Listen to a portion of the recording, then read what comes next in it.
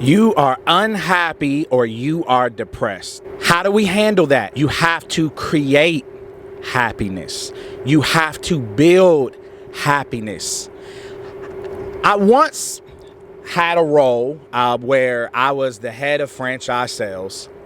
And I remember telling a colleague at the time, like, I'm not having fun. And I remember what he told me, and it really stuck out to me.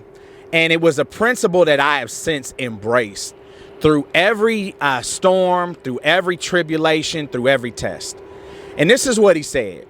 He said, Shaun, I guarantee you, if you work as hard as you have ever worked for the next 30 days, I guarantee you will like your job. I was wise enough to take him at his word because as a man, I'm logical. I don't live in my emotions. So I decided, you know what? Maybe he's right. Focusing on the solution opposed to dwelling on the problem, there might be wisdom and value behind that. And so after the 30 days, sure enough, all of a sudden, it became a dream job. Why do I bring up that story? Because life is the exact same way. You cannot be happy. You have to do happy. Happy is not a permanent state. It's a temporary experience. And so what does that mean? Every moment, whether we riding in the car, do something to make yourself happy. Roll the window down, sing a song, call a friend, watch a movie. Well, maybe not watch a movie, but you get my point. Do something that is going to make you happy. For me right now, it's filming a podcast while I'm on the highway and byways. Because it's doing happy. So, the good saying is, idle time is the devil's playground. Idle time is the devil's playground. When you are an idle, when you are on pause, life is moving fast and you feel like you're getting left behind. And in that idle time, it allows you to surround yourself with thoughts and ideas. And it unfortunately gives you the time to dwell on fears, which is usually and always false evidence appearing real, wherein you're imagining things that 99% of the time won't even happen. I remember in my hair extension brand, I had a friend of mine who served as my security guard for one of my locations. And he was previously in the military, worked in special ops. And I remember I was telling him about a situation, about a circumstance. And he said something to me that was really powerful that I want to share with you. He said, Shaun, the most difficult part of battle is not the battle.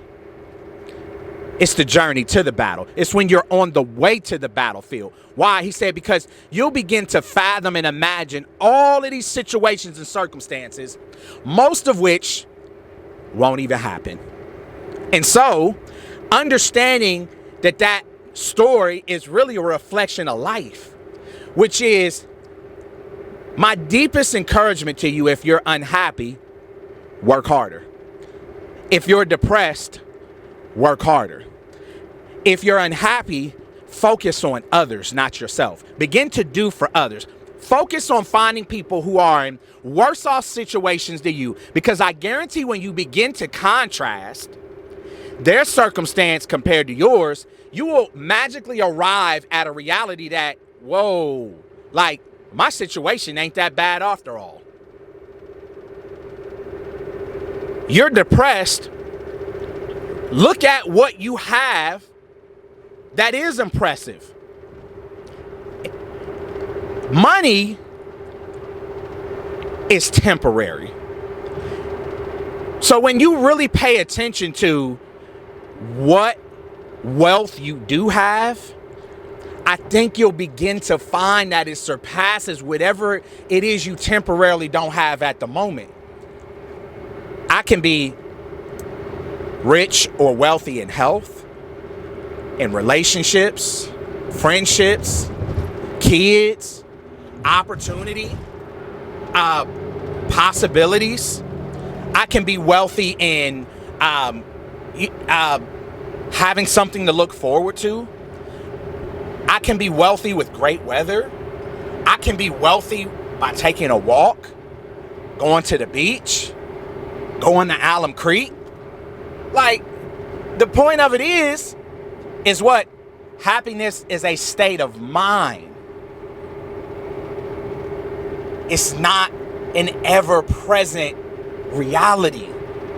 So, my greatest hope, my greatest desire is that by working harder and by doing the things that will make you happy, you will magically begin to understand that while I may not have all of what I want, I have most of what I need. And the fact of it is how do you not know your breakthrough isn't a day away, a week away, a month away? And so what I used to share with myself, even as a child and as a teenager, is I just have to live through this. Because if you know me, my story, my upbringing, my experiences, it was filled with a lot of difficult challenges, a lot of hardship, a lot of tough roads. And yet I never wore it on my sleeve. No one ever knew. Why? Because we all got ish. Like, we all have our story. We all have our testimony.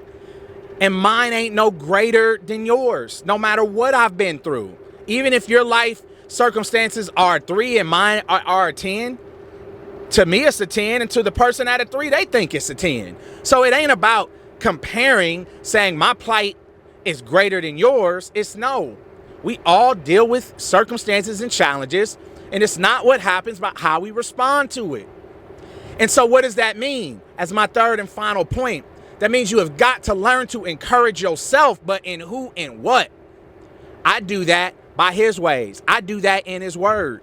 What does God say about me? Who am I? Where am I going? Am I working towards it on a day-to-day basis? Yes, if I can honestly say that in my pursuit and progress in the day that I've gotten 1% better, you have succeeded today. Kobe Bryant said it best. He became a GOAT. Why? Because his focus was to get 1% better a day. His other focus was to take 1,000 shots per day. So what I would tell you is, in the pursuit or in the preparation or in the execution of your purpose, what is your 1,000 shots a day? For me, it's staying in the word. It's moving my real estate development projects forward. It's recording 5 or more podcast episodes on a day-to-day basis. Why? That's me shooting in the gym.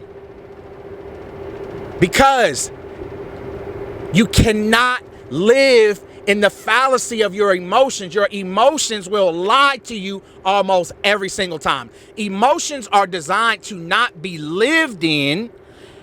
Your emotions are designed to motivate you or to stress you to take action. So the feelings or unhappiness or distress is designed to motivate you to do something, to take an action, to get off your dusty butt and get to work. But as I shared in a prior episode, it takes 10 years to win. 5 years of that is figuring it out. Next 5 years is just getting good. The next 10, reaching year 20, is to be great. And all of that comes by work. And all of that comes by diligence and discipline. But yet we don't have to do that on our own. As the creator of Developer Nation, I want to help you in these personal and professional matters to help you become the real estate developer that God has called you to be. We will educate you. We will equip you to understand the industry. We will then give you the opportunity to connect with our capital partners under our leadership and direction, assuming the project is viable and feasible, in order to get it financed, so that through community and through group economics, we can rinse and repeat those same projects for your children's children in order to create generational wealth. Click the link in the bio to sign up, to be alerted when the app is available for your subscription. And as always, like, comment, subscribe, because all things work together for the good of those that love God and are called according to his purpose. I will see you in the next episode.